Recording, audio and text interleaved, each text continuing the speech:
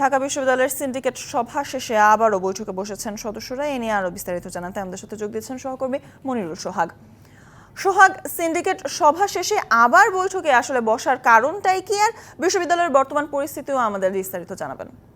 আপনি জানেন যে আসলে যে পরিস্থিতি চলছে, সকাল থেকে কিন্তু থমথমে অবস্থা বিরাজ করছে এবং এর মধ্যে কিন্তু গতকালকে ইউজিসির যে সিদ্ধান্ত এসেছে বিশ্ববিদ্যালয় বন্ধ এবং হল খালি করার, তারপর থেকে কিন্তু কিছু শিক্ষার্থী হল ছেড়ে গিয়েছে। আমরা সকালেও দেখেছি যে যাচ্ছে, অনেকে এখনও যাচ্ছেন।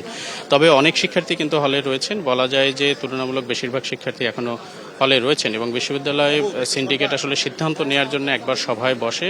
সেই সভাটি ঘণ্টাখানেক চললেও উপাচার্য কার্যালয়ে সেখানে আসলে কোনো সিদ্ধান্ত হয়নি এবং দ্বিতীয়বার তারা উপাচার্য বাসভবনে আবার বসেছেন, সেটিও প্রায় 30 মিনিটের বেশি সময় হয়েছে।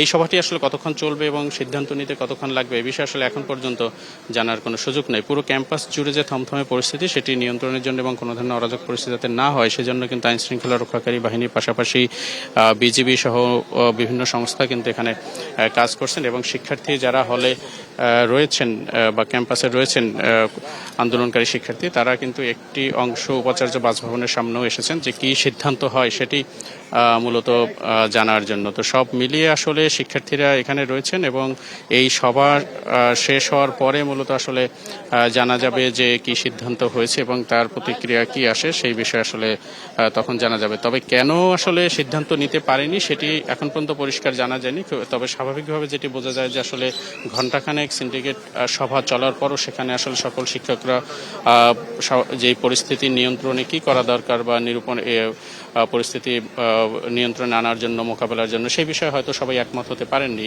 অথবা সিদ্ধান্ত নিতে আরও সময় লাগতে পারে, যে কারণে আবার নতুন করে তাদের বসতে হয়েছে। তো গণমাধ্যম কর্মীরা রয়েছেন উপাচার্য বাসভবনের সামনে, নিশ্চয়ই সেই সিদ্ধান্তটি হলে আমরা জানাতে পারবো। তবে বিভিন্ন হলে আন্দোলনকারী শিক্ষার্থী যারা রয়েছেন তাদের একটি অংশ উপাচার্য বাসভবনের সামনে এসেছেন এই সিদ্ধান্ত জানার জন্য। ক্যাম্পাসের এই পরিস্থিতি রয়েছে এখন পর্যন্ত। সে পরে খবর হয়তো আমরা আরো বিস্তারিত জানাতে পারবো। অবশ্যই মনিরুল সোহাগের মাধ্যমে আমরা জানাচ্ছিলাম ঢাকা বিশ্ববিদ্যালয়ের বর্তমান পরিস্থিতি সম্পর্কে।